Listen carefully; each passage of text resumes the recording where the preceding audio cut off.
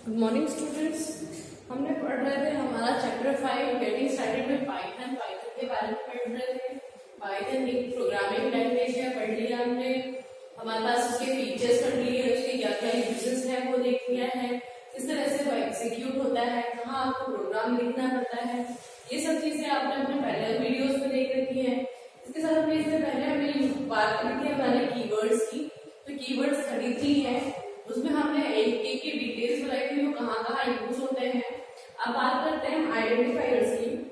तो आइडेंटिफायर्स क्या होता है? आइडेंटिफायर्स होता है use to identify a variable, function and other entities. ऐसे नेम, ऐसा कोई नाम, किसी वेरिएबल का नाम अगर हम एक्स वाई जेड जैसे हम बस मैथ्स में होता है, ये वेरिएबल्स के नेम होते हैं, या फिर हम फंक्शन का नाम देते हैं, जैसे कोई भी फंक्शन का नाम लिया एबीसी, कोई फंक्शन का नाम है, या फिर कोई भी अदर एंटिटीज जो हमारे पास काम में आ रही है प्रोग्राम्स में, तो उसको क्या है हम किसी भी नेम से डिनोट कर सकते हैं, वो हमारे क्या होते हैं? आइडेंटिफायर्स होते हैं। तो इसकी कुछ कंडीशंस है कि कौन से आपके नाम हो सकते हैं। ठीक है, बात करते हैं कौन से नाम होते हैं। ये हो सकते हैं हमारे पास कोई भी अपर केस या लोअर केस के अंदर। आप अपने जो आइडेंटिफायर्स है, वेरिएबल्स है, आप उनको अगर एबीसी लिखेंगे तो भी आपको वो देगा, और अगर आप कैपिटल ए बी सी आपका नाम रखेंगे किसी वेरिएबल का तो वो भी आप लेता है। वो हमारा स्मॉल ग्रुप भी हो सकता है और आपके बड़े बड़े आपके अपर केस भी हो सकते हैं। नेक्स्ट हमारे पास अंडरस्कोर साइन। जब भी हम नाम लिखते हैं तो हम इस तरह से लिखते हैं नेम, एबीसी नेम। तो ये जो साइन है अंडरस्कोर का, आप ये भी अपने नाम के साथ यूज कर सकते हैं। कोई भी अगर आपने आइडेंटिफाई का नाम लिखा है तो आप उसको अंडरस्कोर के साथ उसको नाम को लेंथ में ले सकते हैं। ठीक है, और हमारे कोई भी डिजिट हो सकती है। अगर मैंने एक कोई नाम दिया है एबीसी फर्स्ट, एबीसी सेकेंड, ये हमें अलग अलग आइडेंटिफाइड वेरिएबल्स बना रही थी। तो हमारे पास कोशिश करिए कि जो भी हमारे पास वेरिएबल्स के नाम होंगे ये इनका कुछ मीनिंग होगा। ठीक है, हमारे पास आइडेंटिफायर्स है, हमारे पास किसी भी लेंथ के हो सकते हैं। आप बड़ा से बड़ा नाम लिख सकते हैं, print underscore the value of. आप ये आपका जो वेरिएबल्स है, जो नाम होगा किसी भी लेंथ को होगा, पर हम ये अपने प्रोग्राम में कोशिश करते हैं कि शॉर्ट नेम हो और उसका कुछ मीनिंग निकले। आप कुछ भी अगर एबीसी अगर आप देंगे तो अगर आप प्रोग्रामर हैं तो जब आप प्रोग्राम बहुत बड़ा लिख देते हैं, छोटे छोटे प्रोग्राम तो हमें पता है कि आपके ए को क्या माना है, बी को क्या माना है, सी को क्या माना है। पर आपने अगर फर्स्ट प्रोग्राम के अंदर आपने एक बड़े बड़े प्रोग्राम में फर्स्ट आपने फर्स्ट लाइन में अगर ए को कुछ मान रखा है और फिर नीचे आते आते आपको याद नहीं रहेगा वो आपने ए असाइन किसके लिए किया था, आप उसको किस वजह से आपने उसको वेरिएबल डिक्लेयर किया था। तो हम कोशिश करते हैं कि हमारे जो वेरिएबल के नाम होंगे जो हमारे पास मीनिंगफुल होने चाहिए और थोड़ा छोटा होना चाहिए। फिर है identify can not be start with digit. ये हमेशा याद रखना कि आपके स्टार्ट आपके स्मॉल लेटर से हो सकते हैं, कैपिटल लेटर से हो सकते हैं, पर कभी भी आपके किसी डिजिट से शुरू नहीं होगा। आप उसको अगर वेरिएबल का नाम अगर वेरिएबल 1 लिखेंगे या फिर वेरिएबल अंडरस्कोर 1 या फिर वेरिएबल 1, ये तो आपका करेक्ट है। पर अगर आप लिखेंगे 1 वेरिएबल या आपका रॉन्ग है, क्योंकि डिजिट से कभी भी हमारा वेरिएबल नहीं स्टार्ट होगा। ठीक है, तो वेरिएबल स्टार्ट होना चाहिए हमारे पास। मोस्टली हमारे पास कोशिश करते हैं कि आपके अल्फाबेट से शुरू हो। ठीक है, तो हमारे पास कीवर्ड्स हमारे पास इसके अंदर यूज नहीं होने चाहिए। कीवर्ड्स जैसे हमारे पास हमने कीवर्ड्स इससे पहले 33 पढ़े थे। जैसे अगर मैं कहूँ कि मुझे चाहिए कि मैंने ट्राई लिखा है, ट्राई मैं इसको आपका वेरिएबल का नाम लेना चाहती हूँ, या फिर फॉर एक मैं आपका एक वेरिएबल का नाम देना चाहती हूँ, तो ये क्या है वो एक्सेप्ट नहीं करता है, क्योंकि ये क्या है? कीवर्ड्स है। कीवर्ड्स का आपके इसके अंदर इंटरप्रेटर के अंदर कुछ मीनिंग होता है, तो वो जो आप अगर ये वेरिएबल का नाम लेंगे तो वो उसको एज ए कीवर्ड ही यूज करता है, क्योंकि इनका एक प्रीडिफाइंड आपकी मीनिंग होता है इंटरप्रेटर के लिए। ठीक है, नेक्स्ट बात करते हैं हमारे जो स्पेशल सिंबल होते हैं, नॉट इक्वल्स टू नॉट वाला, फिर हमारे पास @ हैश, डॉलर, मॉडुलस, ये जितने भी हमारे पास स्पेशल सिंबल होते हैं वो हमारे वेरिएबल्स के लिए आइडेंटिफायर्स के नाम में यूज हम नहीं करते हैं। ठीक है, है आपकी जैसे कुछ एग्जाम्पल दे रखा है इसके अंदर नीचे बुक के अंदर, जैसे आपके कुछ एवरेज निकालना है 3 सब्जेक्ट का, 3 सब्जेक्ट के मार्क्स दे रखे हैं, मार्क्स का आपको एवरेज निकालना है। तो वहां पर क्या है उसने आइडेंटिफायर्स बनाए हैं, आइडेंटिफायर्स उसने बनाए मार्क्स 1, मार्क्स 2, मार्क्स 3। इसका मतलब है 3 टेस्ट हुए, तीनों टेस्ट में जो मार्क्स लिए हैं वो काउंट होंगे। और उसने एक आइडेंटिफाइड दिया है एवरेज के लिए एवीजे, एवरेज पूरा भी लिख सकते हैं एवीजे। एवीजे इसका मतलब है हमारे पास पहले से पता है कि हमें एवरेज को हम छोटे में लिख सकते हैं, आप इसको पूरा भी लिख सकते हैं, ठीक है। और उस एवरेज को उसने किस तरह से इंप्लीमेंट किया है, एवीजी इक्वल्स टू का साइन जो कि हमारा असाइनमेंट ऑपरेटर है, मार्क्स 1, मार्क्स 2, मार्क्स 3, 3 सब्जेक्ट्स के marks, mark 1, marks 2, marks 3 divided by 3, ठीक है। ये आपके पूरा फंक्शन इस तरह से लिखा हुआ है।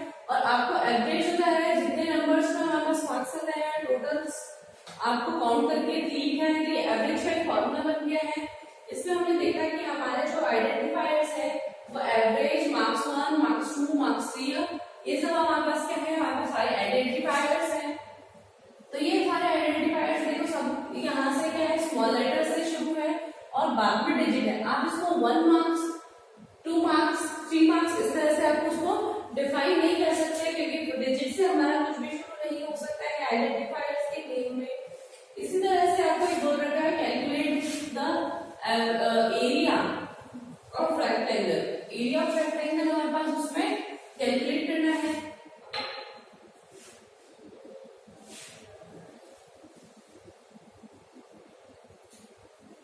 एरिया ऑफ रेक्टेंगल कैलकुलेट करने के लिए तो पहले हमें आइडेंटिफायर्स मतलब उनको बताना पड़ेगा। हमने वेरिएबल्स क्या लिए हैं, एक तो एरिया नाम का वेरिएबल लिया, ठीक है, फिर हमने लेंथ लिया, फिर ब्रेथ, ठीक है। एल इन टू बी हम ले सकते हैं, एल भी ले सकते हैं, बी भी ले सकते हैं। पर एल और बी आपको पता है कि एल और बी आपके लिए लेंथ और ब्रेथ है। पर अगर आपने कोई प्रोग्राम लिखना है और आपका टीममेट, जैसे सॉफ्टवेयर कंपनीज में क्या होता है, बहुत बड़ा सॉफ्टवेयर जब बनता है तो उसको छोटे छोटे टुकड़ों में बांटा जाता है और फिर उन छोटे छोटे टुकड़ों को अलग अलग प्रोग्रामर्स बनाते हैं। और फिर जब उनको प्रोग्रामर्स को जब डॉक्यूमेंटेशन की बात आती है तो जो प्रोग्रामर उस प्रोग्राम में बनाया है तो जरूरी नहीं है कि वही डॉक्यूमेंटेशन रेडी करे, तो उसको नहीं पता कि एल और बी क्यों यूज कर रखा है। इसका एक और तरीका है हम एल और बी यूज, क्या आप एल और बी यूज कर सकते हैं। उसके बाद हमारे पास कमेंट लिख सकते हैं कि हमने क्यों यूज किया, कमेंट के बारे में बताते हैं कि किस तरह से बाद में लिखेंगे हम, ठीक है। तो कोशिश करिए ऐसे वर्ड्स को चूज करना जो कि मीनिंगफुल हो और आपके अलावा कोई आपके टीममेट्स समझ पाए। इसलिए एरिया लिया है, लेंथ लिया है, ब्रेथ लिया है, ये आपके आइडेंटिफायर्स है। फिर हम उसका फॉर्मूला लिखेंगे, area is equals to length multiplied breadth. तो ये आपका है रेक्टेंगल का फॉर्मूला आ जाएगा। रेक्टेंगल का फॉर्मूला होने के बाद आप इसको प्रिंट करवा सकते हैं एरिया को।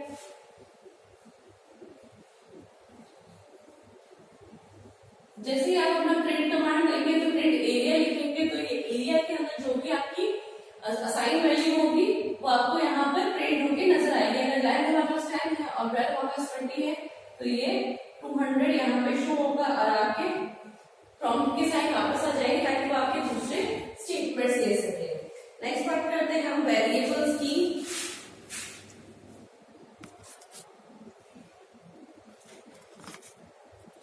सो हमारा नेक्स्ट टॉपिक है वेरिएबल्स। आइडेंटिफायर्स में वेरिएबल्स, आइडेंटिफायर्स जैसे वेरिएबल्स होते हैं हमारे पास यूनिकली ये आपको डिफाइन होते हैं प्रोग्राम के अंदर इसके नेम से, ठीक है। पाइथन के अंदर रेफर्स होता है, ये सारे ऑब्जेक्टिव होते हैं, ऑब्जेक्ट कैसे बनता है, हर एक प्रोग्राम का एक क्लास का एक ऑब्जेक्ट बनता है, ठीक है। जितने भी एलिमेंट्स आपने आइटम जो स्टोर करवाए हैं या जिनको आपने अपने वेरिएबल्स का नाम दिया है वो सब कहाँ आपके मेमोरी में स्टोर होते हैं, क्योंकि हर एक वैल्यू आपको जो स्टोर करवाते हैं वो आपके मेमोरी में होता है जो कि आपको मेमोरी मैनेजमेंट देखता है। ये हमारे वेरिएबल कुछ भी हो सकते हैं, हमारे पास एक सिंगल अल्फाबेट्स भी हो सकता है, ग्रुप ऑफ स्ट्रिंग हो सकता है, मतलब ग्रुप ऑफ कैरेक्टर एक अल्फाबेट हो सकता है, एक वर्ड हो सकता है और ग्रुप ऑफ वर्ड्स भी हो सकता है। नेक्स्ट हमारे पास इसमें डिजिट्स भी हो सकती है, कोई सी भी डिजिट्स हो सकती है, या फिर अल्फा न्यूमेरिक मतलब हमारे पास क्या है, इसके अंदर आपके अल्फाबेट और न्यूमेरिक को मिला के भी एक वेरिएबल का नाम दिया जा सकता है, जैसे कि अल्फा न्यूमेरिक हमारे पास CD67। हमारे पास इसके अलावा पाइथन के अंदर हम यूज करते हैं असाइनमेंट स्टेटमेंट। हमारे पास असाइनमेंट स्टेटमेंट यूज करते हैं ताकि क्रिएट कर सके हम हमारे न्यू वेरिएबल्स को क्रिएट करने के लिए, और उनको असाइन कर सकते हैं हम कुछ भी वैल्यू। अगर हमने हमारा जैसे अगर कोई वेरिएबल असाइन किया है, जैसे बी नाम ले रखा है, हमने बी असाइन कर रखा है, उसके लिए अगर मुझे बी की वैल्यू लिखनी है तो बी की वैल्यू लिखने के मेरे पास ये क्या है, असाइनमेंट ऑपरेटर है। ठीक है, ये असाइनमेंट ऑपरेटर है और इसकी बी की वैल्यू में अगर 10 लिखना चाहूँ तो आपकी बी की वैल्यू क्या होती है, आपकी असाइनमेंट ऑपरेटर है, तो इसके अंदर राइट हैंड साइड वाली जो वैल्यू है वो आपको क्या है, बी के रिप्लेस कर दे सकते हैं। फिर हमारे पास बात करते हैं वेरिएबल डिक्लेरेशन का। वेरिएबल जो डिक्लेयर करते हैं वो इम्प्लिसिट होता है, एक तो डिक्लेरेशन होता है हमारे पास इम्प्लिसिट और एक होता है एक्सप्लिसिट। ठीक है, हमारे पास पाइथन में जो डिक्लेरेशन है हमारे पास इम्प्लिसिट है, जो ऑटोमेटिकली डिक्लेयर करता है और डिफाइन करता है। अगर हमने ये बना दिया है, इसको डिक्लेयर किया है, डिफाइन कर दिया है, अब ये क्या है, एक मेमोरी में स्पेस ले लेगा। ठीक है, when assign value for the first time, जब भी आप इसको फर्स्ट टाइम अगर आपने प्रोग्राम में आपको बी आपने 3 बार काम में लिया है, ठीक है, तो ये जब उसको डिक्लेयर और डिफाइन तब करेगा जब आपने इसको फर्स्ट टाइम जब आपको बताया था, इसको बी के बारे में आपने प्रोग्राम को बताया था, तो उस टाइम उसको ऑटोमेटिकली डिफाइन और डिक्लेयर कर देता है। फिर उसको आप अपने प्रोग्राम में आप कहीं पे भी यूज कर सकते हैं। ठीक है, तो ये जब आप फर्स्ट टाइम करते हैं तभी उसको डिफाइन और डिक्लेयर करता है। ठीक है, हमारा जो असाइनिंग होती है वैल्यूज को हमारे पास यूज करने से पहले, अगर मैं लिखती हूँ एरिया का वाला फॉर्मूला जो हमने बी एल इंटू बी वाला था, एल इंटू बी डाला था, तो ये जो बी है, अगर मैं यहाँ पे बी उसको डिफाइन नहीं करती, अगर मैं बी बताती नहीं कि बी क्या चीज है, बी को हमने यूज भी कर रहे हैं, ठीक है, पर उसको पता नहीं है प्रोग्राम को, हमारे इंटरप्रेटर को बी के बारे में नहीं पता, मैंने उसको कहीं डिफाइन नहीं करा है और डायरेक्ट उसको यूज कर लिया है, तो ये क्या है, हमारे पास एरर शो करेगा। तो हमारे पास जो भी हम अपने प्रोग्राम में यूज करते हैं उसको पहले हमारे पास डिक्लेयर या डिफाइन होना चाहिए। ठीक है, ये कंपल्सरी हमारे स्टेटमेंट्स में है, अदरवाइज वो हमें क्या शो करेगा, एक एरर स्टेटमेंट शो करेगा। एरर स्टेटमेंट शो कर सकता है कि आपके क्या है, ए को आपने सॉरी बी को आपने डिफाइन और डिफाइन नहीं करा है, बी को इंटरप्रेटर कहीं ढूंढ नहीं पा रहा है, ये सब चीजें क्या है वो आपको एरर में शो करेगा। नेक्स्ट बात करते हैं हम interpreter replace it with the values. जब हमारे पास वैल्यूज रखी, मतलब मैंने बताया बी की वैल्यू मैंने यहाँ पे 10 ली असाइन करी थी और एल की वैल्यू मैंने जैसे 20 असाइन करी है, तो इंटरप्रेटर क्या करता है, पहले तो इसको देखता है ये मेमोरी में अपनी स्पेस लेना चाहिए, ये डिक्लेयर हो गया। ठीक है, मैंने एल को बताया, बी बताया, ये डिक्लेरेशन है, और एल की वैल्यू 20 है, बी की वैल्यू 10 है, ये डेफिनेशन है कि एल की वैल्यू तो 20 है और बी की वैल्यू 10 है, ये इनका डेफिनेशन है। डिक्लेरेशन तो उनकी क्या है वो, और डेफिनेशन है इनकी, यहाँ पर इनकी क्या वैल्यू है। तो इंटरप्रेटर क्या करता है, आपके प्रोग्राम जब रन करता है तो पहले वो ये चेक करता है, इसको मेमोरी में स्पेस देता है, फिर ये चेक करता है, ये स्पेस चेक आपको मेमोरी में लोकेट देता है। जैसे वो यहाँ area is equals to L into B आएगा, तो वो क्या करेगा, एरिया को, क्योंकि एरिया भी आपने पहले यहाँ डिफाइन करना होता है आपको कि आपने क्या लिया है वेरिएबल्स। ठीक है, तो area is equals to L की जगह वो क्या रखेगा, 20 रखेगा और बी की जगह 10 रखेगा। तो यही इस चीज से लिखी है कि इंटरप्रेटर जो होता है वो रिप्लेस करता है उसके वेरिएबल्स को उसके वैल्यू से। तो इस वैल्यूज को इस वेरिएबल से रिप्लेस कर दिया और फिर वो आपको आंसर आपको करेगा 200। तो 200 यहाँ लिखा हुआ आता है और फिर वापस आपके प्रॉम्प्ट का साइन होता है। ठीक है, तो इंटरप्रेटर के अंदर आपके ये सब चीजें होना जरूरी, सॉरी वेरिएबल्स के अंदर हमारे पास ये चीजें होना जरूरी होता है। इसी के साथ 2 एग्जाम्पल दे रखे हैं 5.2 और 5.3 जो कि हम अब देख लेते हैं। सो हमारे इसके साथ 2 प्रोग्राम्स दे रखे हैं छोटे छोटे 5.2 और 5.3 आपकी बुक में। तो तो हमारा प्रोग्राम है 5.1 के अंदर write program to display value of variables in Python. Variables की आपको वैल्यूज है वो आपको उस पर डिफाइन करनी है, ठीक है। इसमें बता रखा है कि आपके ये जो साइन है, हैश का साइन है, ये यूज होता है आपके कमेंट के लिए। इससे पहले मैंने आपको बताया कि आपको कुछ ऐसे वेरिएबल्स आपने तो नाम दिए हैं, आपको पता है कि ये प्रोग्राम किसका है, किस लिए है, पर जो डॉक्यूमेंटेशन रेडी कर रहा है या फिर जो दूसरा यूजर आपका दूसरा टीममेट है उसको नहीं पता है कि आपने ये प्रोग्राम, ये छोटा सा फंक्शन किस लिए यूज किया है, तो आप उसको क्या है एक कमेंट लाइन से आप उसको शो करेंगे। ये कमेंट लाइन आपके हैश से शुरू होती है, हैश आपके कमेंट लाइन से शुरू, ये आपका पूरा इस हैश के बाद आपकी ये पूरी लाइन आपके कंप्यूटर के अंदर वो इंटरप्रेटर रीड नहीं करता, इसलिए हमारे पास इस प्रोग्राम के अंदर इसकी वजह से कोई मीनिंग चेंज नहीं होती है। हैश लगाने के बाद ये इंटरप्रेटर इस लाइन को रीड ही नहीं करता है, जैसे हैश उसको शो होता है वो नेक्स्ट लाइन से रीड शुरू करता है, ठीक है। अब हम बात करते हैं इस प्रोग्राम की। प्रोग्राम किस तरह से बना हुआ है, एक मैसेज नाम का वेरिएबल लिया, जिसकी मैसेज नाम के वेरिएबल मैंने उसको असाइन किया, इसकी वैल्यू है कीप स्माइलिंग, ठीक है, और फिर उसको प्रिंट करवाया मैसेज, ठीक है। नेक्स्ट मैंने ये वेरिएबल का नाम दिया है यूजर नंबर, यूजर नंबर की वैल्यू को मैंने असाइन किया 101 और फिर उसको प्रिंट करा है यूजर नंबर इज। तो हमारा जो आउटपुट आएगा, जो आउटपुट हमारा स्क्रीन पे शो होगा, ठीक है। पहले जब हमारे पास यहाँ पे रीड करेगा तो ये क्या है, मेमोरी में एक स्पेस लेगा मैसेज नाम का, ये फिर जब प्रिंट करवाएगा तो मैसेज जो प्रिंट करेगा वो प्रिंट करेगा आपके कीप स्माइलिंग भी करेगा, क्योंकि कीप स्माइलिंग क्या है, मैसेज की वैल्यू है। मैसेज की वैल्यू अगर आपकी कोई भी वेरिएबल की वैल्यू जो है अगर आपके किसी स्ट्रिंग में दे रखी है तो वो क्या है इन्वर्टेड कॉमा में आपको एनक्लोज करनी है, या फिर आप डबल इन्वर्टेड कॉमा या फिर आपके सिंगल में कोट में भी कर सकते हैं, ठीक है। नेक्स्ट जब वो यहाँ रीड करेगा, जब इंटरप्रेटर इस लाइन को रीड करेगा, इसको एग्जीक्यूट करेगा, तब वो देखेगा कि यूजर नंबर को वो 101 असाइन करेगा, एक मेमोरी में एड्रेस देगा, ठीक है। मेमोरी में जगह देने के बाद print of user number is, print के बाद ये डबल इन्वर्टेड कॉमा है, अगर इन्वर्टेड कॉमा के अंदर जो चीज लिखी हुई है आपको एज इट इज वो आपको प्रिंट स्क्रीन पे नजर आती है इज, ठीक है। यूजर नंबर इज आपका जो भी यूजर नंबर है, यहाँ पे यूजर नंबर क्या है, इसकी वैल्यू कहाँ जाएगी, यहाँ पे आएगी, लिखेगा 101, ठीक है। इस तरह से ये आपका 5.2 वाला प्रोग्राम रन होता है। नेक्स्ट हम बात करते हैं find the program of area of rectangle. वैसे तो हमने ये पढ़ लिया है कि एरिया ऑफ रेक्टेंगल कैसे, इससे पहले मैंने एग्जांपल में दिया था कि एरिया ऑफ रेक्टेंगल फाइंड करने की लेंथ और ब्रेड्थ उसने दे रखी है, तो मैंने क्या कमेंट लाइन में लिखा क्योंकि प्रोग्राम किस तरह से है उसको कमेंट में बताया मैंने कि ये क्या है, ये प्रोग्राम किस पे है, एरिया का रेक्टेंगल फाइंड करने के लिए। फिर मैंने लेंथ इज इक्वल्स टू 10 और ब्रेड्थ इज इक्वल्स टू 20 दी, तो मेमोरी एड्रेस में लेंथ की 10 वैल्यू है, 20 आपकी ब्रेड्थ की वैल्यू है। एरिया की हमारे पास जब असाइन करेंगे लेंथ इनटू ब्रेड्थ, तो लेंथ की वैल्यू 10 और ब्रेड्थ की वैल्यू 20 आ जाएगी। प्रिंट को क्या कर रहा है, एरिया, ठीक है। तो इसका आउटपुट क्या आएगा, एरिया प्रिंट करना है इसको, तो प्रिंट कितना करेगा, सिर्फ 200 प्रिंट करेगा, ठीक है। तो आप इसको इस तरह से प्रिंट करवा सकते हैं।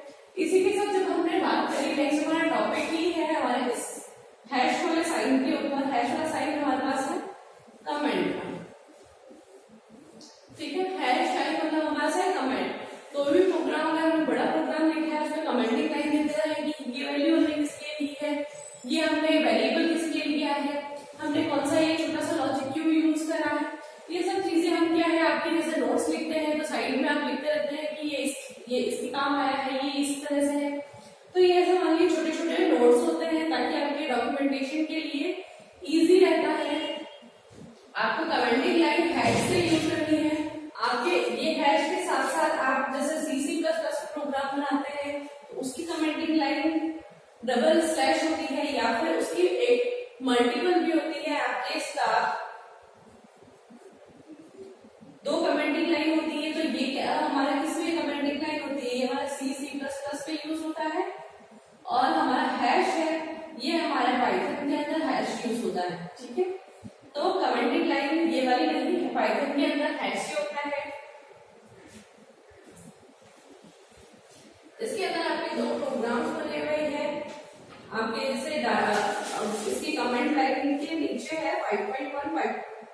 5.4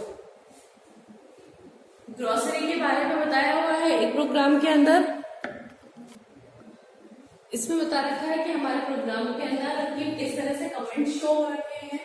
हमारे पास जब भी प्रोग्रामर रन करता है तो हमारे पास इंटरप्रेटर आता है। इंटरप्रेटर का कंट्रोल है, जब फर्स्ट लाइन पे आएगा तो वो देखेगा कि आपके हैश का दो है, इसको कंसीडर करेगा ही नहीं। आपने ये क्या है अपनी सुविधा के लिए लिख रखा है variable amount is the total spending of grocery. ये जो वेरिएबल का नाम है अमाउंट ये क्या है हमारे पास ग्रोसरी के अंदर जितना भी अमाउंट उसने स्पेंड किया है उसके लिए मैंने एक वेरिएबल लिया है। ठीक है, इंटरप्रेटर इसको रन नहीं करेगा, इसको एग्जीक्यूट नहीं करेगा, इसको कंसीडर भी नहीं करता है। वो यहाँ पर आएगा तो लगेगा अमाउंट उसको क्या है 3400 दे रखा है। ठीक है, नेक्स्ट जब वो यहाँ पर आएगा तो वापस देखेगा हैश है, इस लाइन को कंसीडर नहीं करेगा। नेक्स्ट लाइन में आएगा इसको कंसीडर नहीं करेगा। फिर नेक्स्ट लाइन के अंदर आएगा तो वो देखेगा कि ये वाली चीज है उसको आपको एग्जीक्यूट करनी है। ठीक है, आपको इसमें लिखा हुआ है इसमें टोटल मार्क्स इस सम, ये जो टोटल मार्क्स है आपने अपने सुविधा के लिए लिख रखा है। ये क्या है हमारे पास sum of all 3 subjects in mathematics. अगर हमारे एक ही लाइन के अंदर हमारे कमेंट्स पूरे नहीं हो तो सेकेंड लाइन में जो हमारा बचता है उसके आगे भी सही ले जाना जरूरी है। ठीक है, तो ये क्या है टोटल मार्क्स क्या है सम ऑफ 3 सब्जेक्ट्स के टेस्ट 1 टेस्ट 2 फाइनल टेस्ट। ठीक है, इस तरह से आपके प्रोग्राम्स बनते हैं। किस तरह से उसका कमेंट वेरिएबल्स और आइडेंटिफायर्स कीवर्ड्स ये यूज होते हैं, ये सब देखा है हमने। इसके बाद हम नेक्स्ट वीडियो में बात करेंगे तो हम देखेंगे कि ऑब्जेक्ट्स के बारे में। Thank you.